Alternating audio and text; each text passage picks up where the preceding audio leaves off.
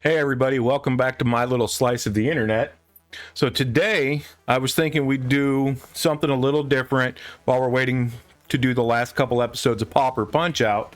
I figured I would show you guys the decks that we have already played, and I'd give you the deck lists and kind of go over a little bit on what they do. So today I'm going to start with the two that we played the most games with, which is going to be the Grixis Affinity, and then I'll show you the Mono-Green Elves. So I'm going to start with Grixis Affinity because that's my favorite colors, and let's jump into this. I'll give you guys the deck tech. Let me know if you like it. If you do, give me a subscribe and all that kind of stuff. So let's start with the creatures. So for this deck, you play a lot of artifacts. Obviously, it is Affinity, so you want a lot of artifacts and easy to get into artifact creatures, so you can swing to win. So for the main big creatures that we play in the deck, we're going to do 4 Myr Enforcers. So it's a 7-drop 4/4 with affinity for artifacts, which makes it 1 less for each artifact you have on the field. So if you have 7 artifacts, it is essentially a free creature. So that's our big boy that we use. After that, we play 4 of the Refurbished Familiar, which is a 3/1 black 2/1 flying with affinity for artifacts. And when this enters the battlefield, each opponent discards a card, and if they can't, I get to draw a card. So essentially you can get this out for 1 black mana as long as you've got enough mana on the field, or artifacts I mean. So we play 4 of those. Then we play Kenku Artificer. When this enters a battlefield, or it's a 2-drop plus a blue for a 1/1. When this enters, it has Homunculus Servant, and you get to put 3 1/1 counters onto 1 non-creature artifact, and it becomes a creature with a homunculus artifact creature, with flying. So if you've got something out like I did in the videos, you could turn it into a creature with flying and start pinging your opponent for at least 3 in the air. And then after that, I like to play 2 of the Phyrexian Walker. It is a 0-drop 1/3. It just helps jump us up in artifacts. I'm thinking about taking this up to 4. So let me know what you guys think. Then the final creature is the Sneaky Snacker. It's a 1 and a black flying fairy rogue for 2/1. And when I draw my 3rd card for a turn, I can return this from my graveyard to the battlefield tapped. And I play 3 of those. I'm also thinking about replacing these with some new cards from the newer sets, and I'll show you at the end of this deck tech what those cards might be. So there's our creatures all together. That's what, 6, 10, 14 creatures for the deck. So creatures isn't our main concern, but getting a lot of artifacts is.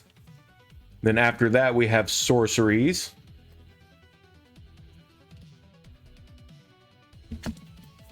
So for our sorceries, we're going to play 2 Thoughtcast, which is a 4 and a blue with affinity for artifacts from your hand. So as long as you got 4 out there, it'll cost you 1 blue and let you draw 2 cards at sorcery speed.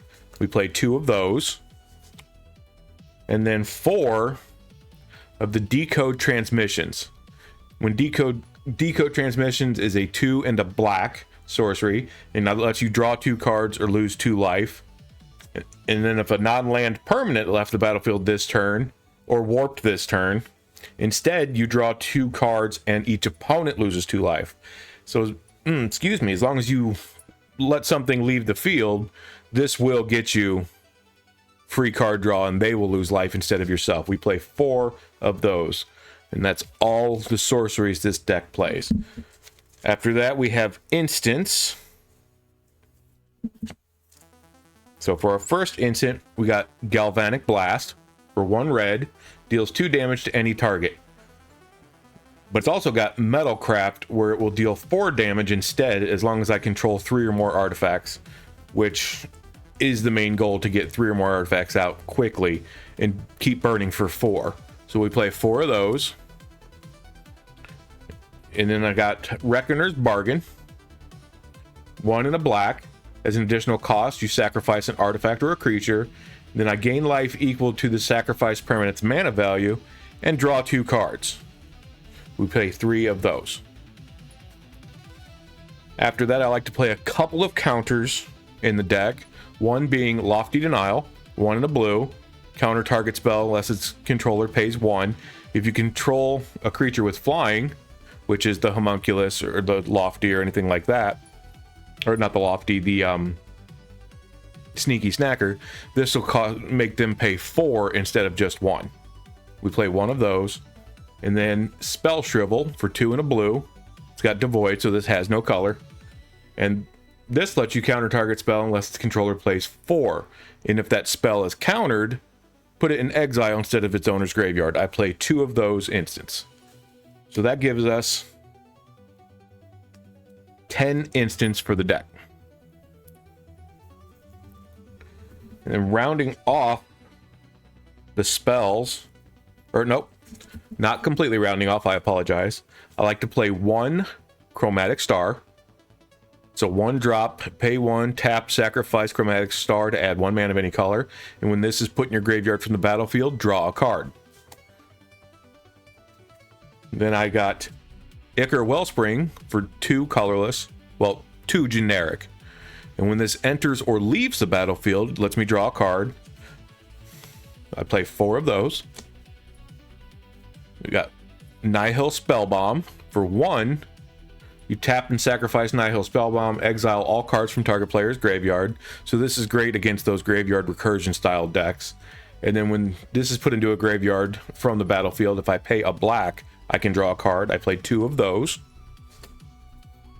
And the final artifacts are Blood Fountain. 1 black. When this enters, create a blood token. And then you can pay 3 and a black, tap, sacrifice Blood Fountain, return up to 2 target creatures from your graveyard to your hand. So if your big Myr Enforcers go to your graveyard, this will help you put them back in your hand. And if you've got enough artifacts, that's 2 more free creatures that you can put back on the battlefield as either blockers or for something else. And we play 3 of those, giving us altogether 11 artifacts. Non-creature artifacts. And then in this deck we play 1 enchantment, which is Makeshift Munitions for 1 and a red. You can pay 1, sacrifice an artifact or a creature, and Makeshift Munitions does 1 damage to each target. Now if you watch the video you saw where I would pay the mana and then sacrifice all my lands because they're all artifacts, and that would deal the final blow sometimes if you needed it to.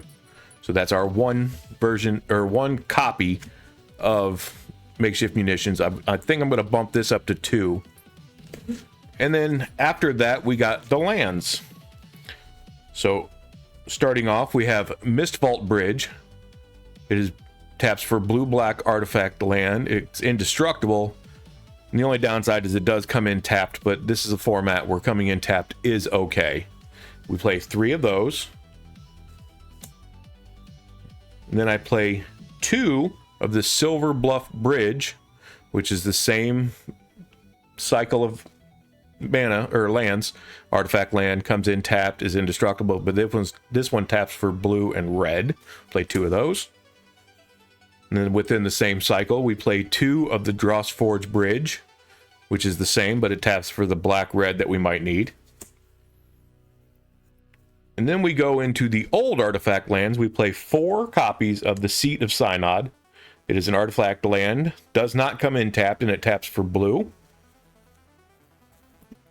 Then we play 4 of the Great Furnace, which is the same style, but taps for red. Play 4 of those. And the final lands for the deck are 4 copies of Vault of Whispers, which is the black version from that cycle of these from the Mirrodin block originally, giving us 20 artifact lands altogether for a 60 card deck of Grixis Affinity. This one so far has been my favorite deck because it is my favorite colors and I love artifacts. So let me know what you guys think about this. This is the first deck of today's video. And then if you give me just a second, I will grab the second deck. I apologize, and I will cut back in here real quick because I did say I was going to show you some of the upgrades that I might do to the Grixis Affinity deck for further games in the future. And some of the ones I found, especially out of the Edge of Eternity set, is I like Hull Crafter. It's 1 black 1/1 for Death Touch. So that'll help you keep some of their big creatures off the field if they swing it to you. So I don't know exactly how many I'm going to change yet, but I do have 4 of those pulled out. And then I pulled out 4 of the Cryogen Relic, 1 in a blue. When this enters or leaves the battlefield, draw a card. So it's a lot like the one artifact that is 2 that does the same thing, except this is 1 in a blue, sacrifice this artifact, put a stun counter on up to 1 target tapped creature. So this does have extra compared to the other artifact that we have. So I pulled out 4 of those to see which ones I might change in the deck. And then finally, the Ilvoy Operative, 1 in a blue, 2/1. When you cast your second spell each turn, put a 1/1 counter on this creature. So this is pretty good because a lot of the artifacts I can play for free. So this will give me 1/1s on this creature each turn, hopefully. So I grabbed 3 of those and pulled those out. So we will see what cards get changed. I might do another gameplay video with the Affinity later. But for now, we're still finishing to see which one of this set of decks that I have completed is the best. So the other deck that I have for you today, the other deck that played the most games, was the Mono-Green Elves. So far, the Grixis Affinity and Mono-Green Elves have won the most games. But we're going to see over the course of this set of decks and in the next set of decks, which one's the best. And then we might do some other games with these same decks over again to do a real who's the top champion. So starting off this deck, like I said, it's Mono-Green Elves. And the first card I have here is the Dwynen Elite. It's 1 and a green for a 2/2. And when this enters, if you control another elf, create a 1/1 green elf warrior creature token. So as long as you got another elf on the field, when Dwynen comes in, he'll give you a 3rd creature.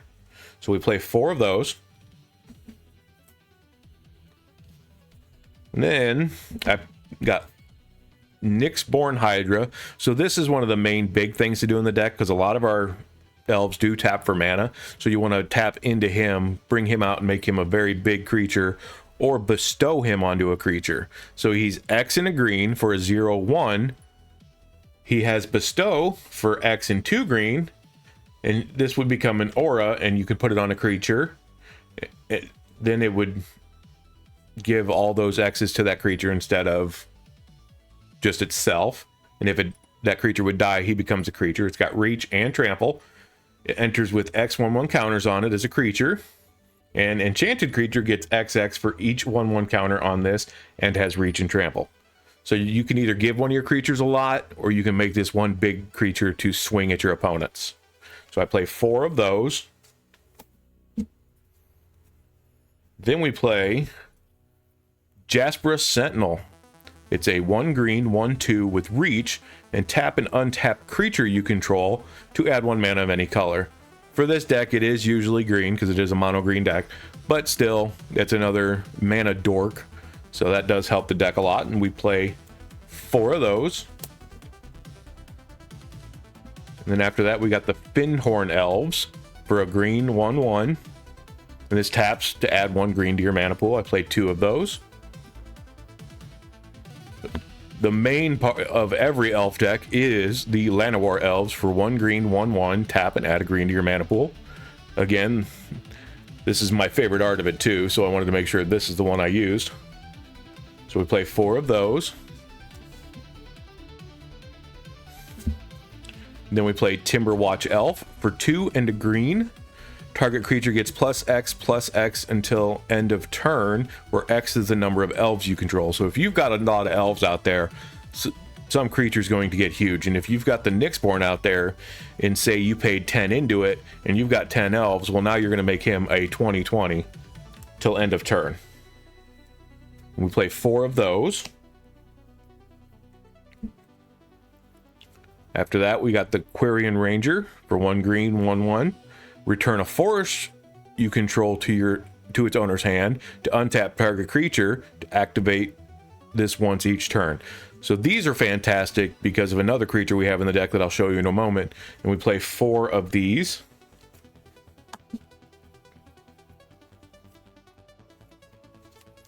And the other creature that I spoke of that goes with the Quirion Ranger the best is the Masked Vandal.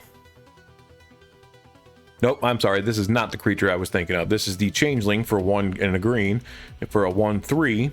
And when this enters, I may exile a creature card from my graveyard, and if I do, exile target artifact or enchantment and opponent controls. So this helps you keep the board cleared. We play 4 of those. He does count as an elf because he is a changeling.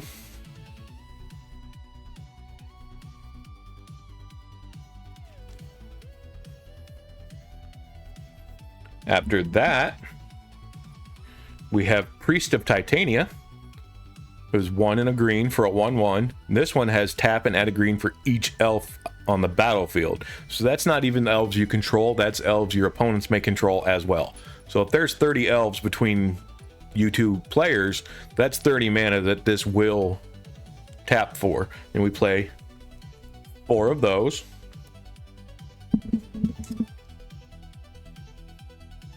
After that, we play 1 copy of Well-Wisher for 1 and a green. For a 1/1 elf, you tap it to gain 1 life for each elf in play. Also the same as Priest of Titania. It does not count just yours. It does count your opponents if they are playing elves as well, or shapeshifters. Then we got 1 copy of Birch Lore Rangers for a green 1/1.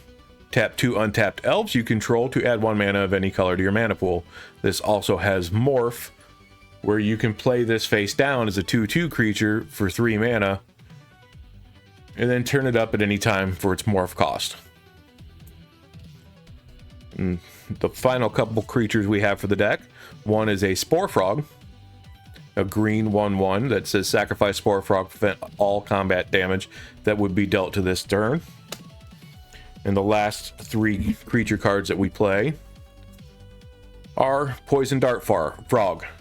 1 and a green, 1/1, reach, tap to add any mana of any color, and you can also tap 2, and Poison Dart Frog gains Death Touch until end of turn.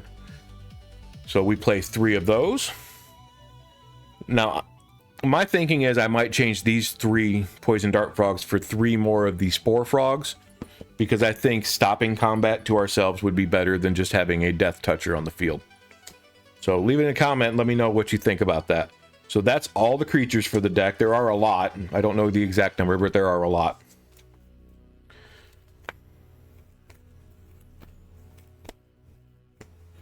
Then we go into the sorceries for the deck, which start us off with the Winding Way. So it's 1 and a green sorcery.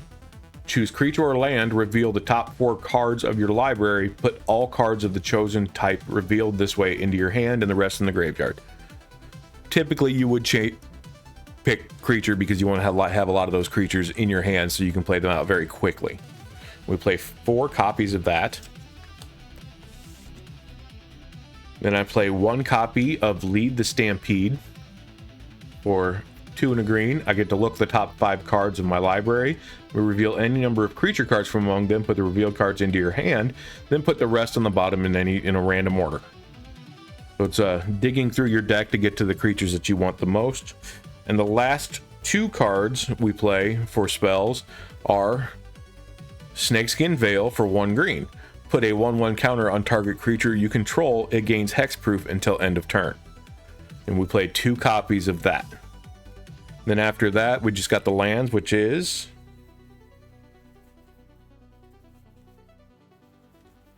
14 forests. We only need 14 forests because a lot of our creatures do tap for mana, so that's where we get most of our mana source from. So as long as you can have an opening hand with 2 lands in it, you can play most of this deck and it'll get you through itself pretty quickly. So I think this is a fantastic deck as well. Very fast, very hard to beat. So thank you guys very much. Hopefully you like these videos. If you do, leave a comment. Give me a like and subscribe, and we'll see you next time for another video on deck techs. So, as always, game on.